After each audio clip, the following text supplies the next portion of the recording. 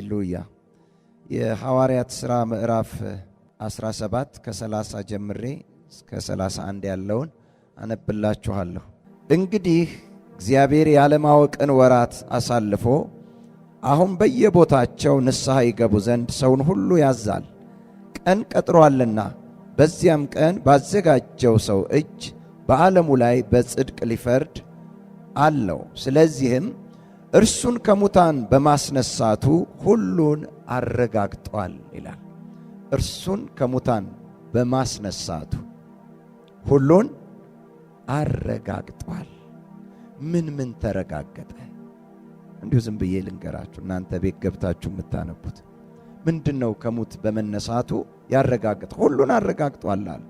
ከሁሉ ውስጥ ጥቂቱን ነግራችኋል። ምንድነው የተረጋገጠው? የኢየሱስ ክርስቶስ ከሞት መነሳት ምን ተረጋገጠ?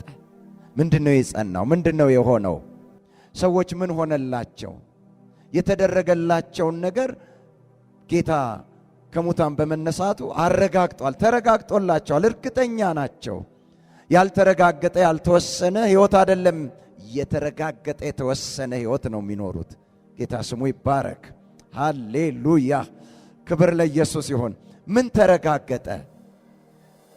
ጌታ በመስቀል ላይ አሮጌውን ሰው ሆኖ ሞተ፣ ተቀበረ፣ ሲኦል ድረስ ሄደ። ሉሲፈርን እዛ ስልጣኑን ገፈፈው፣ አለቅነት ስልጣኑን ገፈፈ። እርቃኑን በአደባባይ አሳፈረው በዛ በሚላላኩት ፊት። ከዛ ተነሳ መጣና ኖ በሰማይና በምድር ስልጣን ሁሉ ተሰጠኝ አለ። በቃ ትልቅ ስልጣን ከሰው እጅ ወጥቶ የነበረው በማን እጅ ገባ? በጌታ እጅ ገባ። ተሰጠኝ። ተወስዶ ነበር፣ ተሰጠኝ። ዲያብሎስ ከሰዎች ላይ ወስዶት ነበር፣ ተሰጠኝ። ዲያብሎስ ከሰዎች ላይ ሲወስድ አንደኛ ዲያብሎስ በላያቸው ላይ ገዢ ሆነ። ኃጢአት ነገሰባቸው። እርግማን በእርግማን መኖር ጀመሩ። የዘላለምን ሞት ሞቱ። ጌታ ኢየሱስ የዘላለምን ሞት አሸንፎ ሲነሳ ሁሉን ምን አለ ይላል? አረጋገጠ። ምንድነው የተረጋገጠው? ለሰው ልጆች ምን ተረጋገጠላችሁ? ምን ሆነላችሁ? የመጀመሪያው ነገር ኃጢአት መሻሩ ተረጋገጠ። አሜን። እስቲ ኃጢአት ተሻረ በሉ። ድገሙና ኢየሱስ ክርስቶስ ለኛ በመስቀል ላይ ኃጢአት ሆኖ ሞተ። የኃጢአት ሞት ደሞዝ ስለነበር የመሞት ግድ ነበረ ለጌታ። ምክንያቱም በመስቀል ላይ ኃጢአት ሆኗል። የኃጢአት ደሞዝ ደግሞ ሞት ነው። ስለዚህ መሞት ነበረበት። የሞተ ደግሞ በኃጢአቱ ሲኦል ድረስ ነበር የሚሄደው። ለኛ ሲል ሲኦል ድረስ ሄዷል። እሱን ሁሉ ሲነሳ ግን ምንን ሻረው? ኃጢአትን ሻረው። ጌታ ስሙ ይባረክ። ምክንያቱም ጌታ ኢየሱስ ሲኦል ሄዶ ሲኦል አልኖረም፣ አልቀረም፣ እዛ ወጥቷል። ጌታ ይመስገን። መውጣት ብቻ አይደለም፣ የሲኦልን ጌታ የሆነው የበላይ የሆነውን ዲያብሎስን እዛው ባለበት ዙፋኑ ላይ አዋርዶት ተነሳ። ሲነሳ የሚያሳየው ኃጢአት መሻሩን ነው። ኃጢአት ባይሻር ኖሮ ጌታ ኢየሱስ ለዘላለም ምን ይሆን ነበር? አድራሻው የት ነበር የሚሆነው? እስቲ ሲኦል በሉ። ስላሸነፈው እኮ ነው። ጌታ ስሙ ይባረክ። አሜን። ስለዚህ የመጀመሪያው ነገር ጌታ ኢየሱስ በመነሳቱ ኃጢአት መሻሩ ምን አለ? ተረጋገጠ። ለዚህ አይደል ሮሜ ላይ ከኃጢአት በላይ እንጂ ከኃጢአት በታች፣ ከሕግ በላይ እንጂ ከሕግ በታች አይደላችሁም፣ ኃጢአት አይገዛችሁምና ይላል። ጌታ ስሙ ይባረክ። ስለዚህ ማናችም ሲኦል አንሄድም። ለምን? ኃጢአተኞች አይደለንም። ጌታ ይመስገን። እስቲ ኃጢአት ከኔ ላይ ተሽሯል በሉ። ድገሙና በደንብ በሉ። ዕብራውያን 9:26 ላይ ኃጢአትን ሊሽር አንድ ጊዜ ተገልጧልና ይላል። ኃጢአትን ምን ሊል? ሊሽር አንድ ጊዜ ምን አለ? ተገለጠ። ለዘመናት የቆየ ለዘመናት ያሰረ ለዘመናት ኃጢአተኛ ያደረገንን እኛን በአንድ መገለጡ ከኛ ላይ ምን አለው? ሻረው። አለቃ በእኛ ላይ አሁን ኢየሱስ ራሱ እንጂ መንፈስ ቅዱስ እግዚአብሔር እንጂ ኃጢአት አይደለም፣ ከኛ ላይ ተሽሯል። አሜን። እስቲ ተሽሮልኛል በሉ። እስቲ ተሽሯል በሉ። ለጌታ ክብር አምጧ። ሃሌሉያ። ሁለተኛ ምን ተሻረ? ምንድነው የተሻረው? የተረጋገጠው መርገም ተሻረ። ኃጢአት የሰራች ነፍስ እሷ ምን ያለች ነበር? የተረገመች ነበረች። እርግማን መንፈሳዊ ኃይል ነው። ተቃራኒ ያስራል፣ ያጎሰቁላል፣ ቀና ያደርግም፣ ያሳፍራል። ሀፍረት ነው የሚከድነው፣ ክብር የለበትም። እሱ ሁሉ ነበር። ልክ እሱ ሲነሳ ራእይ ምዕራፍ 22 ቁጥር 3 ላይ እንደሚለው ከእንግዲህ ከቶም መርገም አይሆንም። ምን አለ ማለት ነው? ተሻረ። እንዴት ነው የተሻረው? ገላትያ ምዕራፍ 3ን ስታነቡት 13 ላይ በእንጨት የሚሰቀል ሁሉ የተረገመ ነው ተብሎ ተጽፏልና ኢየሱስ የእኛን እርግማን ሆኖ ከሕግና ከሕግ እርግማን ምን አለን? ዋጀን። እርግማን ከኛ ላይ ምን አለ? ተሻረ።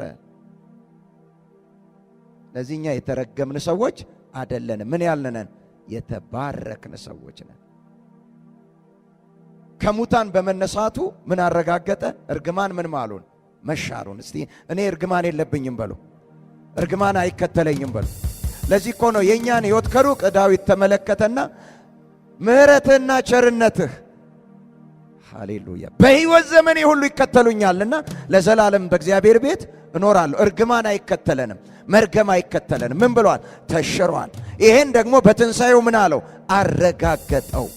የኢየሱስ ክርስቶስ በትንሣኤ መነሳት የዚህን ማረጋገጫ ነው። ሶስተኛ ሃሌሉያ፣ ሶስተኛ ዲያብሎስ ተሻረ። እስቲ ዲያብሎስ ከኔ ሕይወት ላይ ተሻረ በሉ። ደገሙ እንጂ በደንብ በሉ። ዲያብሎስ ከኛ ሕይወት ላይ ካልተሻረ ኃጢአት አልተሻረም። ኃጢአት ካልተሻለ እርግማን አልተሻረም። ዕብራውያን ምዕራፍ 2 ቁጥር 10 እና ወደታች ስታነቡት እንደዚህ ይላል፣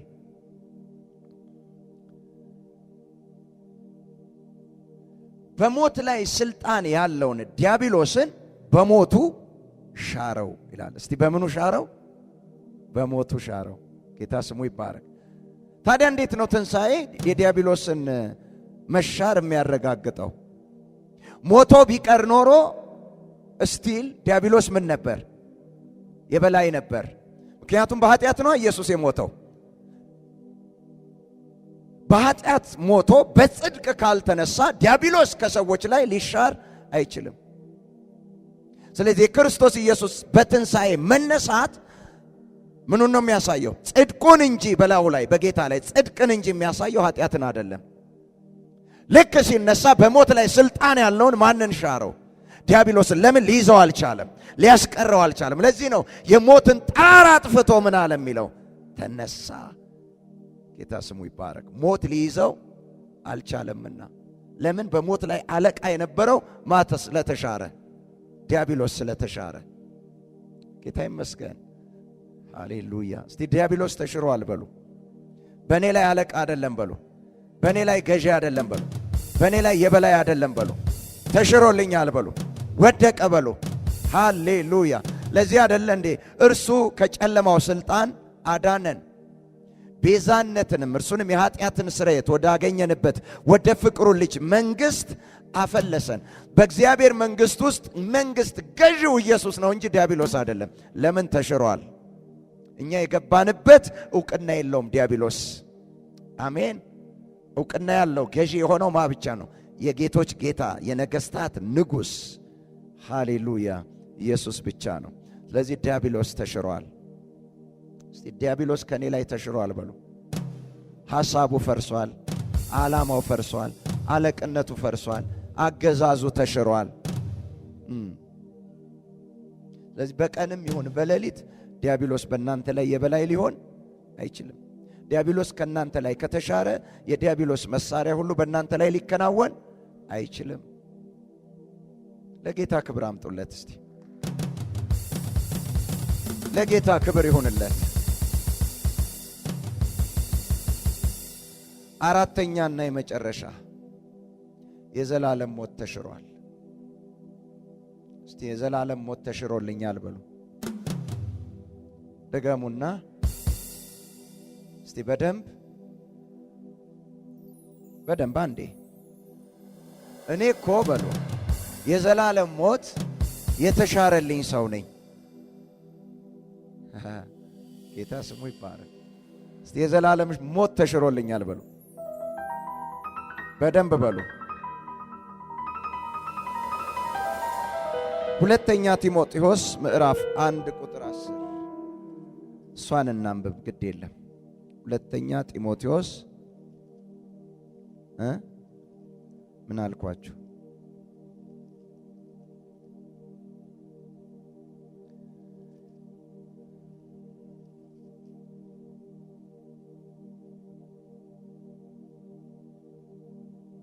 እንዲህ ይላል። ከላይ ልጀምር ከቁጥር 8 ምፈልገው ጋር መጣላችኋለሁ። እንግዲህ በጌታችን ምስክርነት ወይም በእስረኛው በእኔ አትፈር፣ ነገር ግን እንደ እግዚአብሔር ኃይል መጠን ስለ ወንጌል አብረኸኝ መከራን ተቀበል። ያዳነን በቅዱሱም አጠራር የጠራን እግዚአብሔር ነውና። እንዴት ደስ ይላል!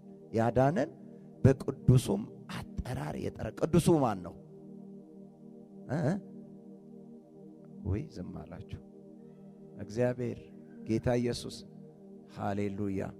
ስሙንም ማን ትይዋለሽ አለ? ቅዱስ የእግዚአብሔር ልጅ ተብሎ ይጠራል። ሃሌሉያ። በቅዱሱም ያዳነን በቅዱሱም አጠራር የጠራን እግዚአብሔር ነውና፣ ይህም እንደ ራሱ ሐሳብና ጸጋ መጠን ነው እንጂ እንደ ሥራችን መጠን አይደለም። ይህም ጸጋ ከዘላለም ዘመናት በፊት በክርስቶስ ኢየሱስ ተሰጠን። አሁን ግን በደንብ ስሙኝ፣ አሁን ግን በመድኃኒታችን በኢየሱስ ክርስቶስ መገለጥ ታይቷል። እርሱ ሞትን ሽሯልና። ሃሌሉያ አሜን። እስቲ የዘላለም ሞት ከኔ ላይ ተሽሯል በሉ። እሱ ሞትን ሽሯልና እኔ ሰባኪና ሐዋርያ አሕዛብንም አስተማሪ እንደሆን በተሾምሁበት በወንጌል ሕይወትና አለመጥፋትን ወደ ብርሃን አውጥቶታል። ጌታ ይመስገን። ሃሌሉያ። ሞትን ሽሮ ብቻ ሳይሆን ሕይወትንና አለመጥፋትን ወደ ብርሃን አውጥቶታል። በትንሣኤ ሲነሳ ሕይወትና አለመጥፋትን ወደ ብርሃን ምን አለው? አወጣው። በቃውን ተገልጧል። ምንድነው የተገለጠው? ሕይወትና አለመጥፋት። ምክንያቱም ዳግም የተወለዳችሁት ከማይጠፋው ከእግዚአብሔር ቃል ከማይጠፋው ዘር ከእግዚአብሔር ቃል ነው አለ። ሃሌሉያ። ዲያብሎስ በምንም መልኩ እኛን ሊያጠፋ ይህንን የተሰጠንን ሕይወት ሊያበላሽ ሊያጠፋው አይችልም። አቅም የለውም፣ ጉልበት የለውም። ጌታ ይመስገን። ስለዚህ የዘላለም ሞት ምን ተብሏል? ተሽሯል። እነዚህን ነገሮች ማረጋገጫ ናቸው ትንሣኤው። አንደኛ ምንድን ነው? ኃጢአት ተሻረ። ሁለተኛ መርገም ተሻረ። ሶስተኛ ዲያብሎስ ተሻረ። አራተኛ የዘላለም ሞት ተሻረ። አሁን ከጎናችሁ ያለው በትንሣኤ ይሄ ሁሉ ሆነልህ እንዴት አታመልከውም በሉት። ጌታ ስሙ ይባረክ። አሜን ሃሌሉያ። ጌታ ይባረክ። እንዴት ነው ግን ይሄ የሆነው? በምን መልኩ? ኃጢአት ሊሻር ጌታ ኢየሱስ ምን አደረገ?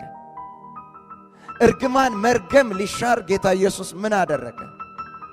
ዲያብሎስን ለመሻር ጌታ ኢየሱስ ምን አደረገ? የዘላለምን ሞት ለመሻር ጌታ ኢየሱስ ምን አደረገ? ኃጢአተኞች ነበርን፣ በእርግማን ውስጥ ነበርን፣ ዲያብሎስ ገዝቶን ነበር፣ የዘላለም ሞት ውስጥ ነበር። ከዛ ሊያወጣን ማንም የሚችል አልነበረም። ወደን አይደለም ይሄንን የሆን ነው፣ ፈልገነውም አይደል። ብንጠላውም ግን ከዛ ልንወጣ አንችልም ነበር።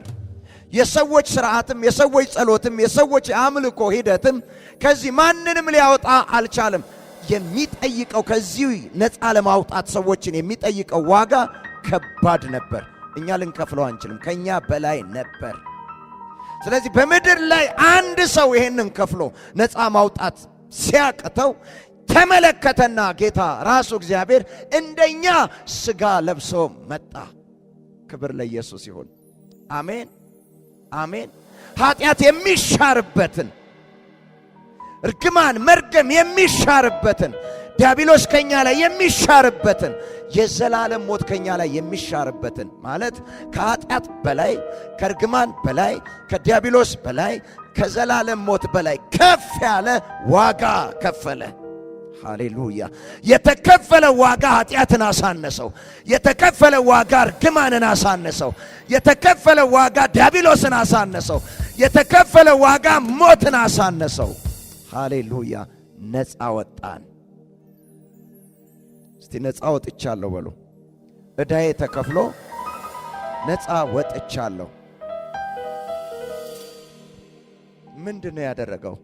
ስጋውን ቆረሰ፣ ደሙን አፈሰሰ፣ ሞተ፣ ዋጋ ከፈለልን፣ ተነሳ። ይዞት የተነሳውን ሕይወት እኛ ውስጥ አስገባው። ያ የተቀበልነው ሕይወት ከኃጢአት በላይ ክብር ለኢየሱስ ይሁን። እንግዲህ በክርስቶስ ኢየሱስ ላሉት አሁን ኩነኔ የለባቸውም። ለምን? በክርስቶስ ኢየሱስ ያለ የሕይወት መንፈስ ሕግ ሃሌሉያ ከኃጢአትና ከሞት ሕግ ምን አድርጎኛል? ነፃ አውጥቶኛል። የቱ ጋር የጀመረው የክርስቶስ ኢየሱስ በክርስቶስ ኢየሱስ ያለ የሕይወት መንፈስ ሕግ በትንሣኤ ሲመጣ የያዘው። ሲሞትማ ኃጢአተኛ ሆኖ ነው የሞተው፣ እርግማን ሆኖ ነው የሞተው። በዲያብሎስ እርግማን መርገም ውስጥ ያሉ ናቸው የሞተበት። ወደ ሲኦል የሄደው የዘላለምን ሞት ለሞቱ ሰዎች ነው የሄደው። ሲነሳ ግን ኃጢአት የማይችለው ኃጢአት የማይዘው ኃጢአት የማይገታው ሲኦልን ያጠፋ ሃሌሉያ የሞትን ጣር ያጠፋ መቃብርን የፈነቀለ ያ ታላቅ የትንሣኤ ጉልበት ሲነሳ ሃሌሉያ እና ወደኛ ሲመጣ እኛ ውስጥ የነበረውን የኃጢአትና የሞትን ሕግ ምን አለው? ሻረው። እስቲ በብልጫ ነው በሉ ድገሙና።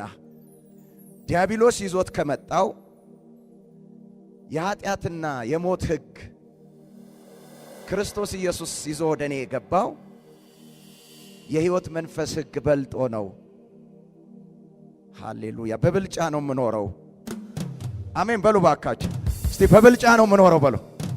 በብልጫ ነው የምኖረው በሉ። እንዴት ይሄ ሆነ? ጌታ ኢየሱስ እንደዚህ አለ። ያንን ሕይወት ለመቀበል ዘኍልቍ 17:11ን ስታነቡት እንደዚህ ይላል፣ የሥጋ ሁሉ ሕይወት ደም ውስጥ ነው አለ እና ከደሙም የተነሳ ኃጢአት ምን ይላል? ይሰረያል። በደም ውስጥ ካለ ሕይወት የተነሳ ኃጢአት ሁሉ ምን ይላል? ይሰረያል አለ። ሃሌሉያ! ኃጢአት ባይሰረይ ኖሮ ከርግማን አንወጣም። ከርግማን ካልወጣን በዲያብሎስ ስር ነን።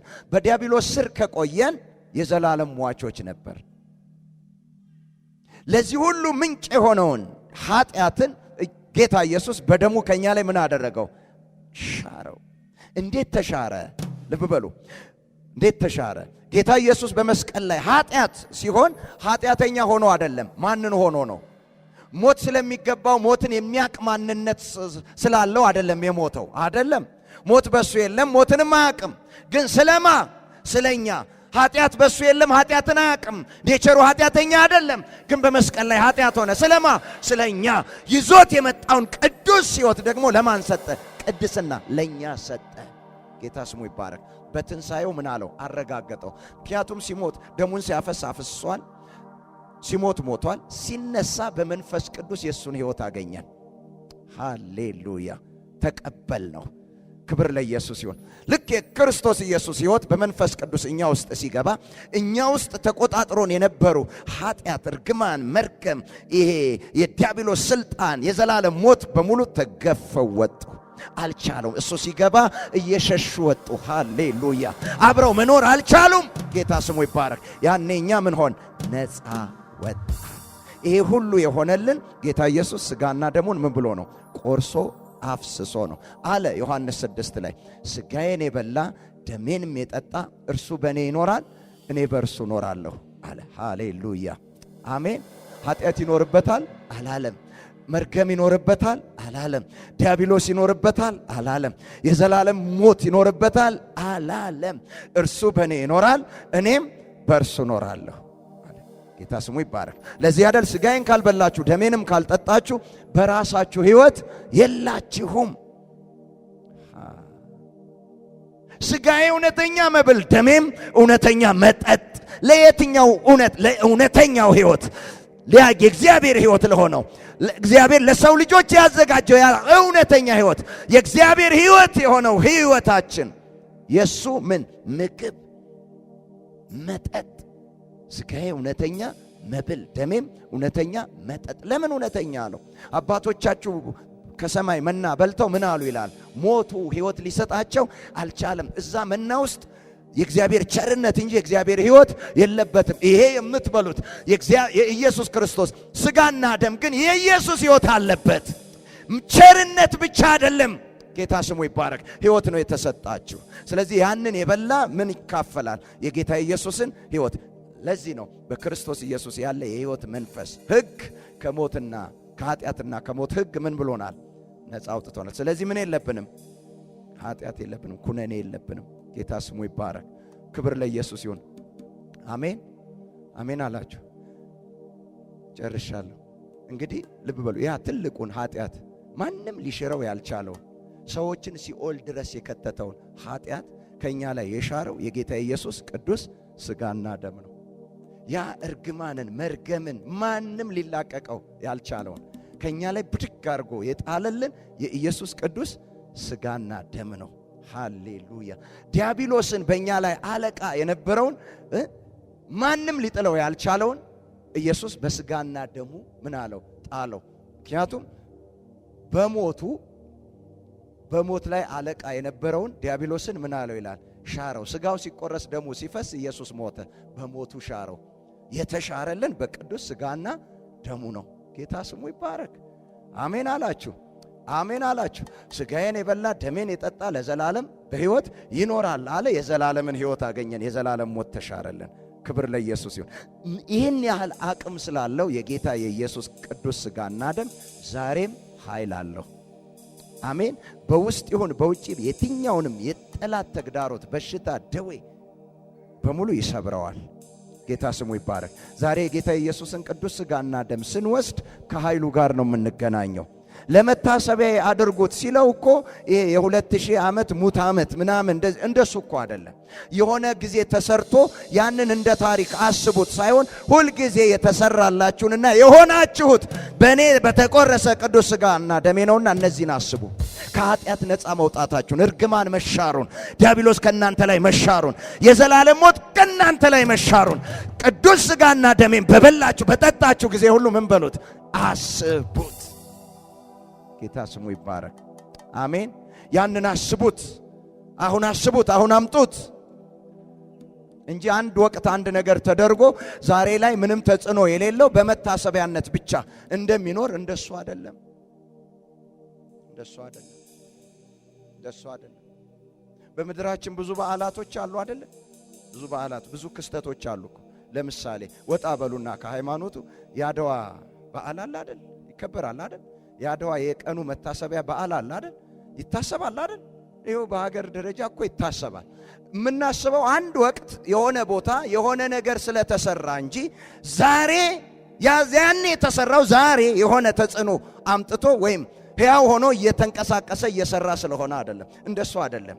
ይሄ ያኛው አንዴ ነው የሆነው፣ አንዴ ሆኗል፣ ታሪክ ሆኖ አልፏል። ይሄ ግን በዘላለም መንፈስ አንዴ የቀረበ ስለሆነ ለዘላለም ይሰራል። ታሪክ አይደለም። ዛሬም ታሪክ ይሰራል እንጂ። ሃሌሉያ፣ ስምህ ይባረክ። እናመሰግንሃለን። አሜን አላችሁ። ስለዚህ ዛሬም ይሰራል ማለት ነው። ዛሬም ይፈውሳል፣ ዛሬም ነፃ ያወጣል፣ ዛሬም ቀንበር ይሰብራል፣ ዛሬም እስራት ይበጣጥሳል፣ ዛሬም ስጋን ይፈውሳል፣ ዛሬም መንፈስን ያድሳል። ሃሌሉያ። እስቲ እንደዚህ በሉ፣ እግዚአብሔር ሆይ በሉ፣ አመሰግንሃለሁ። ቃልህም እንደሚል በሉ፣ ከስጋ ድካም የተነሳ ለሕግ ያልተቻለውን እግዚአብሔር አንድያ ልጁን ልኮ አድርጎታል። ጌታ ኢየሱስ በተቆረሰልኝ ቅዱስ ሥጋና ደም ኃጢአትን ከኔ ላይ ሽረኸዋል። እርግማንን ከኔ ላይ ሽረኸዋል። ዲያብሎስን ከኔ ላይ ሽረኸዋል። የዘላለም ሞትን ከኔ ላይ ሽረኸዋል። ይህ የሥጋና ደም ኃይል እኔ ጋር ሲደርስ እነዚህን ሽሮልኛል። አመሰግንሃለሁ። በሥጋና ደምህ የተሻሩ በእኔ ላይ ዛሬ ኃይል የላቸውም፣ አቅም የላቸውም። አመሰግንሃለሁ፣ አከብርሃለሁ። ክብር ላንተ ይሁን። ስለ ጌታ ክብር አምጡለት፣ ክብር አምጡለት። ስምህ ይባረክ። ማን ነው የጌታ የኢየሱስን ቅዱስ ሥጋና ደም የሚወስድ? ጌታ ኢየሱስ ለኃጢአቱ እንደሞተ ለጽድቁ እንደተነሳለት የሚያምን በሙሉ ይወስዳል። ጌታ ኢየሱስ ለኃጢአቴ አልሞተም ለጽድቄም አልተነሳም ብሎ የማያምን አይወስድም። አምናለሁ ካለ ግን አሁን ይችላል። ኢየሱስ ለኃጢአታችን ሞቷል፣ ለጽድቃችን ተነስቷል። እስቲ እንደዚህ በሉ፣ ኢየሱስ በሉ፣ ለኃጢአቴ ሞቷል፣ ለጽድቄ ተነስቷል። አምናለሁ። ሃሌሉያ። ሌላው ኃጢአት አለብኝ የሚል ካለ ህሊናው እንዲህ ኃጢአት ሰርቻለሁ፣ ህሊናዬ ያውቃል። በአብ ዘንድ ተደምስሷል። የለም እዛ የሚያዝ ነገር የለም። የተሻለው የክርስቶስ ኢየሱስ ደም እዛ ጽድቄን ያወራል። ሃሌሉያ። ግን ዲያብሎስ ይወቅሰኛል አለ አውቃለሁ፣ ተሳስቻለሁ የሚልስ እሱም የጌታ ኢየሱስን ቅዱስ ሥጋና ደም አክብሮ፣ ምክንያቱም ያለ ደም መፍሰስ የኃጢአት ስርየት የለም። የኃጢአት ስርየትን ትልቁን የኃጢአትን ስርየት ያመጣልን የክርስቶስ ኢየሱስ ደም ነው። ስለዚህ የዓለምን ኃጢአት ሁሉ ባስወገድከው በቅዱስ ደምህ እጠበኝ፣ አንጻኝ እያላችሁ በትልቅ አክብሮት በልብ መንቀጥቀጥ ትወስዱታላችሁ እንጂ አታሳልፉ። ምክንያቱም በማሳለፍ ኃጢአት አይነጻም። ብቸኛ ያለ አማራጭ ኃጢአት የሚነጻበት በክርስቶስ ኢየሱስ ደም ነው። አሜን። ሌላው ልጆች ናቸው የማይወስዱት። ልጆች የማይወስዱት ስለማይረዱት ስለማይገባቸው፣ ይሄ ነው ብለን ማስረዳት እነሱ በሚገባቸው ልክ ለነሱ ዕውቀት መስጠት አንችልም። ስለዚህ ስለማይገባቸው ስለማይረዱት አንሰጣቸውም እንጂ ስለሚቀስፋቸው አይደለም። አይቀስፍም። እስቲ የጌታ ሥጋና ደም አይቀስፍም በሉ። ታዲያ ለምንድን ነው አንዳንዶች ታመሙ፣ አንዳንዶች ደከሙ፣ አንዳንዶችም አንቀላፉ የሚለው የእግዚአብሔር ቃል? የጌታ የኢየሱስን ቅዱስ ሥጋና ደም ወስደው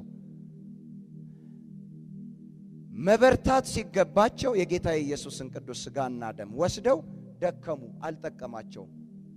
ታመው መዳን ሲገባቸው የጌታ የኢየሱስን ክርስቶስን ቅዱስ ሥጋና ደም ወስደው ሞቱ፣ አልፈወሳቸውም። ለምን?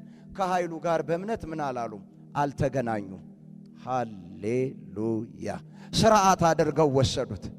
የ2000 ዓመት መታሰቢያ አድርገው ወሰዱት። ከኃይሉ ጋር ግን የተገናኘ የኃጢአት ስርየት ሊያገኝ፣ ከበሽታ ሊፈወስ፣ ሃሌሉያ፣ ከእርግማን ነፃ ሊወጣ፣ ደዌ ከላዩ ላይ ሊነቀል፣ ስምህ ይባረክ እንጂ ለመግደል ለመቀሰፍ አልፈሰሰም። መቅሰፍት የሚጠባበቃቸውን ለማዳን ነው። ከመቅሰፍት ነው ያዳነን እንጂ አይቀስፈንም። አሜን በሉ ባካችሁ። ከሞት ነው ያዳነን እንጂ አይገለንም። ከበሽታ ነው ያዳነን እንጂ አያሳምመንም። አሜን በሉ ባካችሁ። ግን ከኃይሉ ጋር የተገናኙ ሰዎች ቢደክሙ ይበረታሉ፣ ቢታመሙ ይፈወሳሉ፣ የሞት ጫፍ ላይ ስጋቸው ቢደርስ ይድናሉ። ኃይል አለ። ጌታ ስሙ ይባረክ። አሜን። ስለዚህ ዛሬ እንወስዳለን፣ እንደገባን እንዲሁ አንወጣም። ሰውነታችን ውስጥ ይገባል፣ ይንሸራሸራል። ሃሌሉያ። ጠላት የወረወረው ቀስት ካለ የበሽታ የደዌ የትኛውም የአካል ክፍላችሁ ውስጥ እየተነቀለ ይወጣል። አሜን። እየተነቀለ ይወጣል።